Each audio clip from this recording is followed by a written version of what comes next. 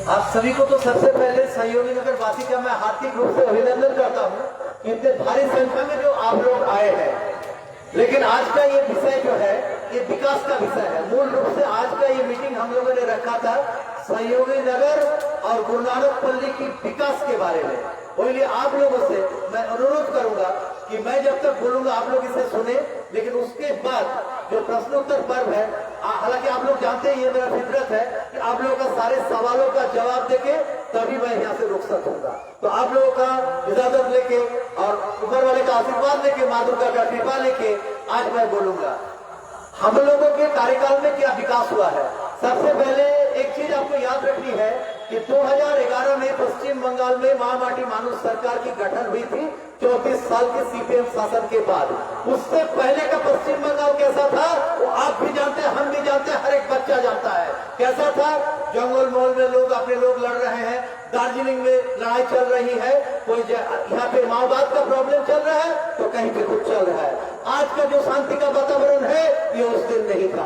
एक पुलिस का राज था, आप घर में शांति से नहीं रह सकते थे क्योंकि पार्टी ऑफिस द्वारा कोई पुलिस का केस आप पे छेड़ा जा सकता था क्योंकि आप अगर पार्टी के समर्थक नहीं होते। लेकिन आज की पश्चिम बंगाल वो धरती है जहाँ पे विरोधी दल को भी बोलने का पूर्ण इजाजत है क्योंकि यही शायद लोकतंत्र का मूल मंत्र है जिसमें विश्वास रखती हो हमारी दीदी माननीय ममता दीदी, माननीय ममता बंदोपाध्याय। यही है पश्चिम बंगाल की सरकार। और कुछ आंकड़ों पे मैं आप लोगों के साथ जाऊंगा पश्चिम बंगाल के विकास के बारे में, फिर मूल रूप से चर्चा करूंगा अपने वार्ड, अपने दक्षिण विधानसभा के बारे में। आप लोगों को बिल्कुल हक बनता है ये जानने का कि कौन से विकास हम लोगों ने किया है और कौन से विकास अभी अधूरा रहा है और कौन से विकास किसी ने भी नहीं किया है। ये जानने का हक बिल्कुल आपको है। हर एक नागरिक को ये अधिकार है। भारत वर्ष का लोकतंत्र उसे ये अधिकार देती है। जैसा कि आप लोग जानते हैं 2011 में जब हमारी सरकार गठित हुई पश्चिम बंगाल में करीबन 56% लोग गरीबी रेखा से नीचे रहते थे। आज वो संख्या घट के केवल महज 8% पे रह गई है। तो जो विकास दर है आप इसी से सोच सकते हैं कि कितने लोग पिछले 10 सालों में इस रेखा से बाहर आए। और अगर सामाजिक परियोजना की बातें करेंगे तो आप लोग सोचिएगा कि लक्ष्मी भंडार बोलूंगा, साथ साथ ही बोलूंगा, ये दोनों तो हर एक बच्चा जानता है। कन्याश्री एक ऐसा परियोजना है जिसे राष्ट्र संघ ने स्वीकृति दिया है कि मानव जाति के लिए शायद सबसे कल्याणकारी कोई योजना अगर आई होगी तो उसमें हर वक्त कन्याश्री का नाम आएगा। आप लोग सबूत साथी जानते हैं, आप लोग कन्याश्री जानते हैं। आप लोग ऐसा कौन चीज बताइए आज जो बंगाल में नहीं मिल रहा है जनता को। जन्म से मृत्यु तक कोई ना कोई सुविधा माननीय ममता बंदोपाध्याय का सरकार, हमारे तृणमूल कांग्रेस के सरकार की तरफ से आपके द्वार तक पहुंच रहा है। कभी इस वार्ड में मार्क्सवादी कम्युनिस्ट पार्टी का राज चलता था, वो दिन का राज याद कीजिए, वो दिन कैसा था। और जहां तक विकास की बात है इंफ्रास्ट्रक्चर का, मैं आपसे चंद रास्ता के बारे में साझा करूंगा। जो अर्थनैतिक कॉरिडोर बन रहे पश्चिम बंगाल में, इसमें करीब 11,000 किलोमीटर रास्ता बन रही है जो कि 10 साल में कुछ बना है, कुछ बाकी है, जिसका ऑलरेडी काम चल रही है और बहुत तेजी से काम चल रही है। और ये सारी चीजों को आपको ध्यान में रखना पड़ेगा कि विकास का मुद्दा को आगे रखना है या विकास का मुद्दा को भटक के हमारे अपने सुविधा, अपना राष्ट्र हित को बाहर रखते हुए जात पात की राजनीति में हमें उलझना है। ये चीज आपको सोचना है। और जहां तक आपकी वार्ड 84 नंबर वार्ड का बात है और आसनसोल दक्षिण विधानसभा की बात है, आप लोगों के साथ विगत लोकसभा चुनाव से पहले मैंने एक आरटीआई का जवाब साझा किया था जिसमें उस जवाब में साफ साफ लफ्जों में ये लिखा हुआ था आसनसोल दक्षिण से बीजेपी का जीता हुआ विधायिका, माननीय विधायिका बीयूपी विधायिका इलाका उन्नयन तहसील, इससे उन्होंने खर्चा किया था बीयूपी से केवल 4,30,000 रुपया। और 4,30,000 रुपये की जो बात है और एक काउंसिलर होने के नाते मैं तो छोटा आदमी हूँ, आप लोगों का आशीर्वाद और दल का आशीर्वाद से काउंसिलर हूँ इस दल का, कांग्रेस का। उसमें आप लोगों के वार्ड में लगभग 8.5 करोड़ की राशि अभी तक खर्च हो चुकी है। अभी भी बहुत सारे परियोजनाएं बाकी है। और जहां तक सहयोगी नगर की बात है, यहाँ पे कई पुराने लोग सहयोगी नगर के हैं जो प्रतिष्ठा दिन से इस कॉलोनी के बासिंदा है और वो लोग इतिहास की पन्नों की तरह इस बात की गवाह है कि ये कॉलोनी तो बैठी थी लेकिन वहां पे एक भी ईटा नहीं बिछाया गया था। अगर मैं गलत बोल रहा हूं तो मैं किसी भी सज्जन से अनुरोध करूंगा कि वो अपना हाथ उठा के बोले मैं झूठ बोल रहा हूं। सच बोल रहा हूं ना कि एक भी ईटा नहीं बिछाया गया था। ये जो आपकी रास्ता है एक भी ईटा नहीं थी। 2008 सीपीएम सरकार के टाइम, उसके बाद भाजपा के पार्षद बने यहाँ पे। एक ऐसा समय भी था इस इलाके में भाजपा का पार्षद, भाजपा का एमएलए, भाजपा का सांसद, लेकिन सहयोगी नगर के लिए एक भी ईंटा जोड़ने का काम किसी ने नहीं किया। ये बातें आपको याद रखनी है। हमारी सरकार जैसे आया, जैसे आप लोगों ने हमें चुना, तृणमूल कांग्रेस को चुना, सबसे पहले ये रोड जो आज देख रहे हैं 100 मीटर, 200 मीटर, 5 मीटर जो भी बना है उसी दरमियान बनी है। जो लाइट आप देख रही हैं ये भी उसी दरमियान बनी है। इसके अलावा आप लोग बता दीजिए कि कोई भी डेवलपमेंट सहयोगी नगर के लिए पिछला पार्षद या उससे पिछला पार्षद ने किया है तो मैं ये सभा छोड़ के जा सकता हूँ। ये बातें कोई नहीं बता सकता है क्योंकि कोई विकास नहीं हुआ। पूरे सहयोगी नगर का डाटा मैं आप लोगों को दे रहा हूँ। 8.5 किलोमीटर रास्ता की आपकी जरूरत है।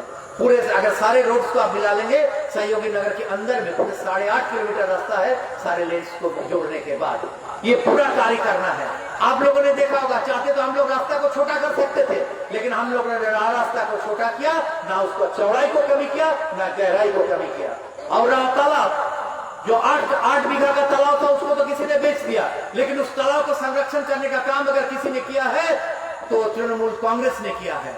और रह जहां तक इस मंदिर की बात है, अगले महीना इस मंदिर के ऊपर शेड बन रहा है, वो पहले से तय था, उसका फंड भी आवंटित हो चुकी है, वो काम भी शुरू हो रही है। आप लोगों को बहुत दिन का प्रतीक्षा खत्म हुआ, वो प्रतीक्षा भी समाप्त हुआ।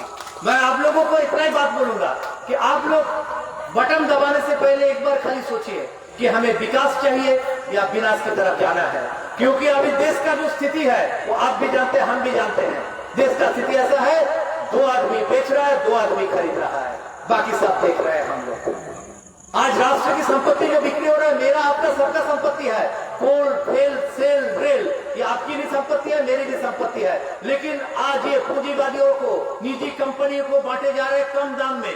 अब बंदरगाह से लेके हवाई अड्डा तक आज निजीकरण किए जा रहे हैं। आज यहाँ पे सबसे ज्यादा लोग कार्यरत है भारतीय रेलवे में। किस तरह का पीड़ित आज वो लोग हो रहे हैं, ये बात वो लोग खूब भली भांति जानते हैं। लेकिन आप लोगों को बताए ना कि आप लोगों के सारे मुद्दों पे सोचना है कि वोट किसी को भी आप दे सकते हैं, वोट देना आपका अधिकार है, वोट आपका नागरिक अधिकार है, लोकतांत्रिक अधिकार है। लेकिन वोट में सही लोगों को चुनना भी उतना जरूरी है जो कि केवल आपका विकास, आपका कल्याण के हित में कार्य करे, उसी को चुनना है। उसे मद्देनजर विगत 11 सालों में तृणमूल कांग्रेस ने जो काम किया है पश्चिम बंगाल के जनता के लिए, उसे ध्यान में रखते हुए मैं तो आप लोगों से ही विनती करूंगा कि 2026 में आपको आसनसोल दक्षिण विधानसभा से अगर कोई विधायक चाहिए तो वो तृणमूल कांग्रेस का विधायक चाहिए जो आज का बात करे कलकत्ता में, ना कि कहीं नहीं कर पाए। क्योंकि पिछले जो विधायक आपने भेजा वो कहीं नहीं बात कर पाए।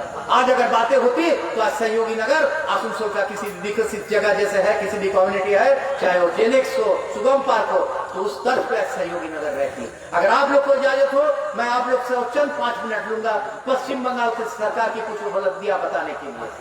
आप लोग जान के खुशी होगी आप लोगों की, जो हमारी जो पेंशन योजना है जय बांग्ला, इसके तहत करीब 1.5 करोड़ आदमी को किसी न किसी तरह का पेंशन मिल रहा है। चाहे वो बेवा पेंशन हो, चाहे वो खास दूसरी किसी तरह का पेंशन हो, रोजगार वृद्धा पेंशन हो, किसी न किसी तरह का पेंशन मिल रहा है। जो आदिवासी के भाई लोग हमारे हैं, अनुसूचित जाति उपजाति के लोग हैं, उनके लिए जय जोहार है। तो हर एक श्रेणी के लोगों लिए, हमारे किसान के लिए किसान बंधु है, जिसमें 18,000 करोड़ रुपया आवंटित की गई है। जो राशन व्यवस्था आज है, आज आप उसे देखिए, पूरे देश में PDS system, public distribution system टूट चुकी है, लेकिन पश्चिम बंगाल के माननीय मुख्यमंत्री आज भी राशन व्यवस्था को कायम रखी है, जिसमें 8.5 करोड़ लोग, पूरे पश्चिम बंगाल के लोग जिसमें फ्री में राशन में मिल रही है। उसमें से 7 करोड़ ऐसे लोग हैं जिसके घर घर राशन पहुंचाया जा रहा है द्वारे राशन परियोजना के तहत। आज स्वास्थ्य साथी के बारे में हम लोग बोलते हैं। सोचिए, स्वास्थ्य साथी एक ऐसा स्कीम है कि 5 लाख रुपया का इलाज आप किसी भी कॉर्पोरेट हॉस्पिटल में, चाहे वो मिशन हो, चाहे हेल्थ वर्ल्ड हो, मुफ्त में दीदी आपको मुहैया करा रही है। केवल स्वास्थ्य साथी नहीं, शिशु साथी भी उसके साथ है। कोई भी बच्चा जन्म के बाद अगर गंभीर रूप से पीड़ित है, उसकी इलाज का सारा खर्चा पश्चिम बंगाल सरकार अपने ऊपर लेती है, अपने कंधों पे लेती है। आप देखिए, चोखे रालो है, किसी भी आदमी का मोतियाबिंद है, उसका भी फ्री ऑपरेशन है। तो आपको सोचना है कि ये सरकार कितने पहलू पे, कितने मुद्दों पे आपका और मेरे जीवन के कल्याण के हित में काम कर रही है। तो उस सरकार के लिए हमें सोचना चाहिए, उस सरकार के लिए हमें वोट देना चाहिए, अगर विकास की गति को हमें जिंदा रखना है। हमने तो ये सोचा था क्योंकि जो भारतीय जनता पार्टी ने वादा किया था 2021 के चुनाव में, हालांकि आपके पास ही होगा वो चुनावी इस्तेहार, मेरे पास तो है कि हम यहाँ पे बेकार युवाओं के लिए नौकरी का लिए हब बनाएंगे, लेकिन आज एक भी नौकरी नहीं हुआ, एक भी हब नहीं हुआ। अगर किसी को नौकरी मिला तो फ्लिपकार्ट, जोमेटो, स्विगी में। आपको जान के हैरानी होगी, फ्लिपकार्ट का जो बच्चा, जो लड़का दिन भर मेहनत करके आपके घर से पार्सल डिलीवर करता है, 40 पार्सल लेके बच्चा निकलता है। अगर उसका एक भी पार्सल डिलीवरी रुक गया, उसके पैसे कट जाते हैं, उसका पार्सल का उसको मिलता है केवल 8 रुपया। तो 350 रुपया भी उसकी हाजिरी नहीं बनती है, जिसमें उसकी गाड़ी है, उसकी बाइक है। और आपने वादा किया था 2 करोड़ नौकरियों को। अगर एक भविष्य में सुरक्षित भारत हम देखना चाहते हैं, एक खुशहाल भारत, तो हम आप लोगों से ही विनती करेंगे कि तृणमूल कांग्रेस का समर्थन कीजिए, माननीय दीदी ममता बंदोपाध्याय का समर्थन कीजिए, हमारे दल का समर्थन कीजिए और तृणमूल कांग्रेस का परचम लहराइए और विकास की जो दर है, विकास की जो गति है, उसे बरकरार रखिए। धन्यवाद एवं नमस्कार आप सभी को। आप सभी को मैं नमस्कार करता हूँ, अभिनंदन करता हूँ, वंदन करता हूँ और आपके पवित्र मंदिर को मैं प्रणाम करता हूँ। धन्यवाद और नमस्कार आपके সকলকে। জয় বাংলা, তৃণমূল কংগ্রেস জিন্দাবাদ, মমতা বন্দ্যোপাধ্যায়, অভিষেক বন্দ্যোপাধ্যায় এবং জিন্দাবাদ আপনারা সকলে। ধন্যবাদ এবং নমস্কার। এবার শুরু হবে আমাদের প্রশ্নোত্তর পর্ব। আমি বর্ণালী এবং নির্মলা দিকে অনুরোধ করব মাইক নিয়ে আপনাদের মধ্যে চলে যাওয়ার জন্য। আমি এখানে দাঁড়িয়ে দাঁড়িয়ে আপনাদের প্রশ্ন জবাব করবো। একটা জিনিস বলতে ভুলে গেলাম, ডক্টর देवाशीष सरकार जिंदाबाद। अच्छा, जरा सहयोगी, जो लोग आप लोग सहयोगी नगर से आए हैं, चाहे मेरे भाई हो, बड़े भाई हो, छोटे भाई, दीदी हो, बहन हो, मेरी माताएं हो, आप सबके पास हम पैड और कलम भेज रहे हैं। आप लोग उस पर लिख लीजिए जो बातें मैंने बोला और जो आप लोग प्रश्न कीजिएगा वो भी लिख लीजिएगा।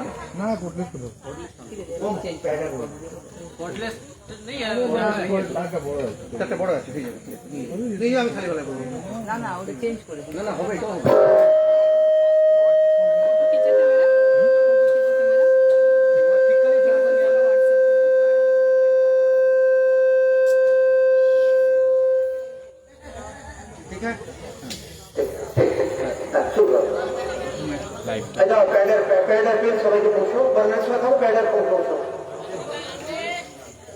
Hello hello